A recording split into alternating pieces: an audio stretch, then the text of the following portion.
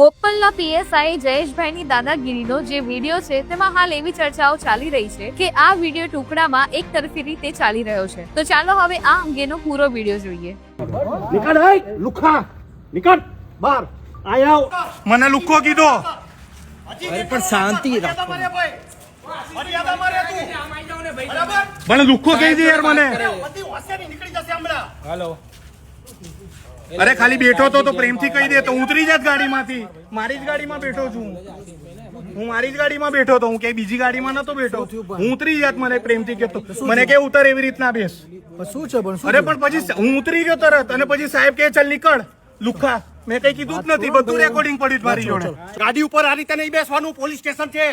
પણ આવી રીતે તમે મારી જોડે દાદાગીરી ના કરી શકો. તું કઈ ના વાત કરો. ભૂલ થઈ ગઈ મારાથી, હું બેઠો, પણ આવી રીતે મારી જોડે વાત ના કરશો. ની અંદર આ રીતે નહીં બેસી શકાય. એ હું એક્સેપ્ટ કરું છું, પણ એમણે ડાયરેક્ટ મને તું કઈ કીધું ઉતારે અને મને લુખા કીધું. તમે મને લુખા કીધું. હું એક રિસ્પેક્ટિવ પર્સન છું મીડિયાનો, અને તમે મારી જોડે આવી રીતે વાત કરી રહ્યા છો. ખોટી હે ને આવી દાદાગીરી નહીં કરવાની. ખોટી દાદાગીરી નહીં કરતો. તમે મારી જોડે નહીં થઈ શકે ભાઈ.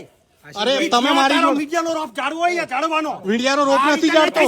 તમે મને મેં કઈ ભૂલ નથી કરી. અહીંયા મારું ચાલશે. આ રીતે હતા સિંધુ ભવન. અરે મારી ભૂલથી બેઠો છું, મેં સ્વીકારી લીધું અને મેં જરાય દાદાગીરી નથી કરી. તમે મારી મને કહો છો લુખા. હું લુખો નથી, એક વેલ ડેપ્યુટેડ માણસ છું.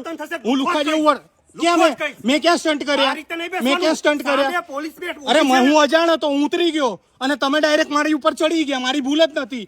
મારી એક ભૂલ કે હું બેઠો અને મારી ભૂલ સ્વીકારી મેં, અને તમે કહો છો મારું પોલીસ સ્ટેશન. પેલો ભાઈ મને કહી દે લુખા ઉતર. નીકળો. કોણ છો? કેટલા બધા નામ લખો. લખો બધા નામ. ઓકે લખો. ઓકે બધા નામ લખો.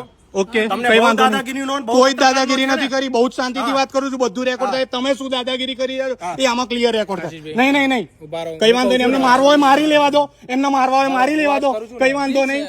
વાંધો નહીં. આપણે એક મિનિટ એકવાર જોલિતભાઈને કોલ કરો. એમણે દાદાગીરી કરી, એમણે મને લુખો કીધો. બરાબર, હું બી એક રેપ્યુટેડ માણસ છું, એક સારી કંપનીનો માલિક છું. 20 લોકો મારા ત્યાં જોબ કરે છે. મને એમણે લુખો કીધો. પેલા ભાઈએ ડાયરેક્ટ મને કીધું એ નીચે ઉતર. એટલે મારી ઉંમર 35 વર્ષ છે. અરે સિંધુ ભવન નથી, મને ખબર છે. મને નથી ખબર ભાઈ.